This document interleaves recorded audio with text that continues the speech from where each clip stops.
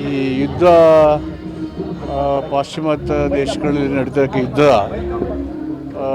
ಆರ್ಥಿಕ ವ್ಯವಸ್ಥೆಯನ್ನು ಸ್ವಲ್ಪ ಏರುಪೇರು ಮಾಡಿರ್ತಕ್ಕಂಥದ್ದು ಕೇಂದ್ರ ಸರ್ಕಾರಕ್ಕೆ ಗೊತ್ತಿದೆ.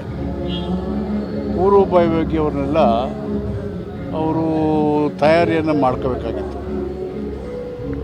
ಇವರು ಚುನಾವಣೆ ನಡೆತನಕ ಏನಿಲ್ಲಂತ ಚೆನ್ನಾಗಿದೆ ಅಂತ ಹೇಳಿ ಚುನಾವಣೆ ಮುಗಿದ ತಕ್ಷಣವೇ ದೇಶದ ಜನರಿಗೆ ಎಚ್ಚರಿಕೆ ವಹಿಸಿದಂಗೆ ಸಿಂಪಲ್ ಆಗಿರಿ, ಹೆಚ್ಚು ಕಾರ್ ಓಡಾಡಬೇಡಿ, ವಿದೇಶಕ್ಕೆ ಹೋಗಬೇಡಿ, ಈಗೆಲ್ಲ ಮಿತವ್ಯಯ ಮಾಡಿ ಅಂತ ಹೇಳಿ ಆರ್ಥಿಕ ಪರಿಸ್ಥಿತಿನ ಸರಿಯಾಗಿ ಅಲ್ಲಿ ತಹಬಂದಲ್ಲಿ ಇಟ್ಕೊಳ್ದೇ ಈ ಥರ ಮಾಡಿದ್ರು.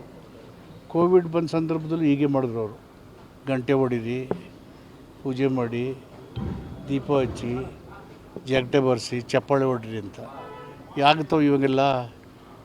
ಪ್ರಧಾನಮಂತ್ರಿಗಳು ಅಂದರೆ ವೈಜ್ಞಾನಿಕತೆಯಿಂದ ಜನರನ್ನು, ದೇಶನ ಎಚ್ಚರಿಕೆಯಿಂದ ರಕ್ಷಣೆ ಮಾಡಬೇಕು.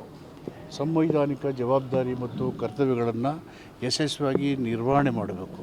ಸರ್ಕಾರನೇ ಪೆಟ್ರೋಲ್ ಮತ್ತು ಡೀಸೆಲ್ ಮೇಲೆ ತೆರಿಗೆ ಕಡಿಮೆ ಮಾಡಲಿ ಅಂತೇಳಿ BJP ರಾಜ್ಯಾಧ್ಯಕ್ಷರು ಒತ್ತಾಯ ಮಾಡ್ತಾರೆ. ಅವರು ತುಂಬ ಜಾಣರಲ್ಲೂ ಈ ಥರ ಸಲಹೆ ಕೊಡೋಕ್ಕೆ ತುಂಬ ಜಾಣರು. ಎಲ್ಲರೂ ಏರಿಸ್ಬಿಟ್ಟು ರಾಜ್ಯಕ್ಕರ್ಸ್ಕೊಂಡು ನೀವೇ ಕೊಡಿ ಅಂದರೆ ಇಲ್ಲಿ ನಮ್ಮ GSTನೂ ತಗೋತೀರಿ, ಪ್ರಪೋರ್ಷನೇಟು ಅವ್ರ GST ನೀವು ದುಡ್ಡು ಕೊಡೋದಿಲ್ಲ.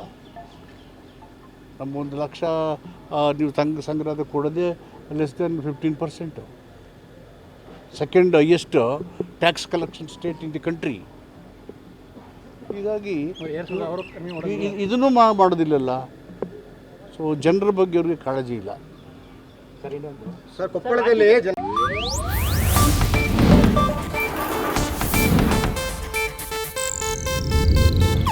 ಇದು ಏಷ್ಯಾನೆಟ್ ನ್ಯೂಸ್ ನೆಟ್ವರ್ಕ್ ಪ್ರಸ್ತುತಿ.